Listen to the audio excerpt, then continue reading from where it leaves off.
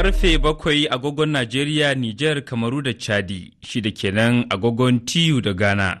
Kun kamo sashen Hausa na Radio France International kan mita 16. Ismail Karatu Abdullahi. Jama'a masu sauraro, Assalamu alaikum, barkanmu da safiya ga kanun labaran duniya. Da fari za ku ji a Najeriya an gargadi 'yan kasar da su kauracewa wuraren cunkoso domin kaucewa barazanar ayyukan 'yan ta'adda. Faransa ta jaddada cewa dakarunta za su ci gaba da zama a Chadi duk da yankewar alaka tsakaninta da wasu kasashen Afirka da aka juyin mulki. Majalisar Ɗinkin Duniya ta bayyana cewa imanin mata miliyan 30 aka yi wa kaciya a shekaru 8 da suka gabata.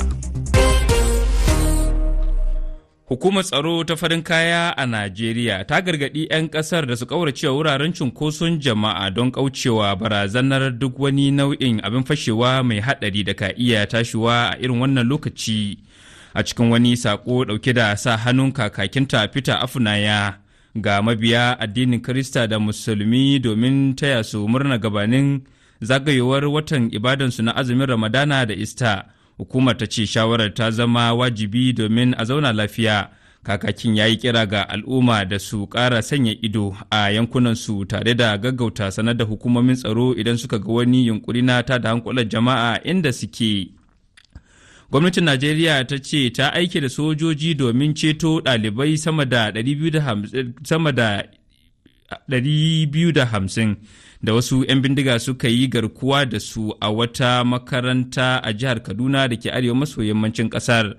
Harin na jihar Kaduna dai shine na biyu cikin mako guda da aka yi da aka sace mutane da dama, sannan irinsa na biyu cikin shekaru 3.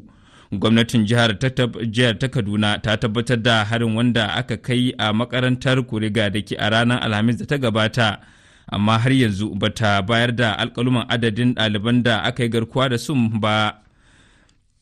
Jakadan Faransa na musamman Jean-Marie Bockel ya bayyana cewa dakarun sojin kasar kusan 1,000 za su ci gaba da kasancewa a Chadi duk da yankewar alaka tsakanin Faransa da wasu kasashen da sojoji suka yi juyin mulki a nahiyar Afirka.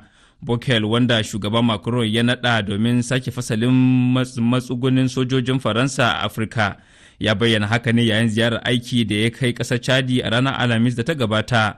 Tasirin Faransa na ci gaba da raguwa a wasu daga cikin kasashen yammacin Afirka da ta yi mulkin mallaka, yayin da sojojin da suka yi juyin mulki a Mali, Nijar da Burkina Faso suka kori dakarunta daga kasashen, sannan suka karfafa alaka da abokiyar hamayyar Rasha.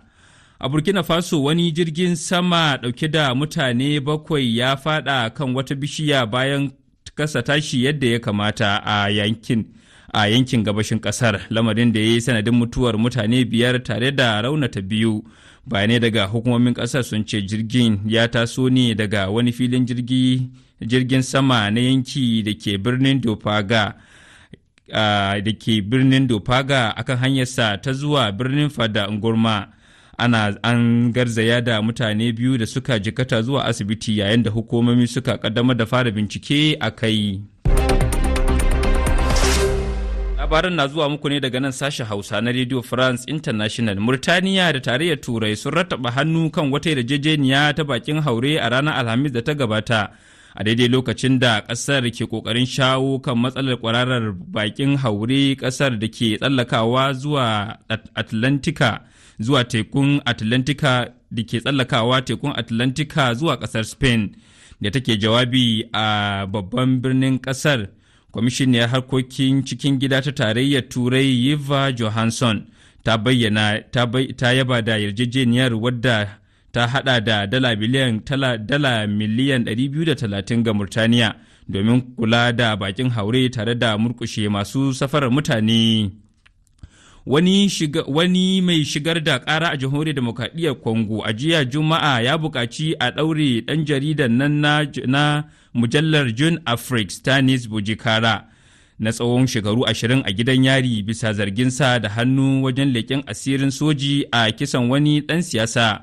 An tsare Bujikara bisa wani labari da mujallar da yake wa aiki ta wallafa na cewa jami'an leƙen asirin sojin Congo ne suka kashe ɗan siyasar adawa na ƙasar Cheburi Okende.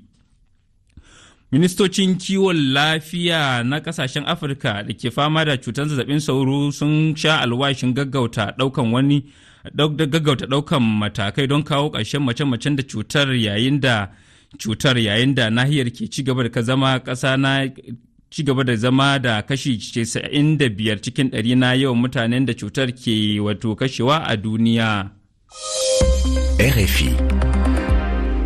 Kuna sauraron labaran ne daga nan sashen Hausa na Radio France International.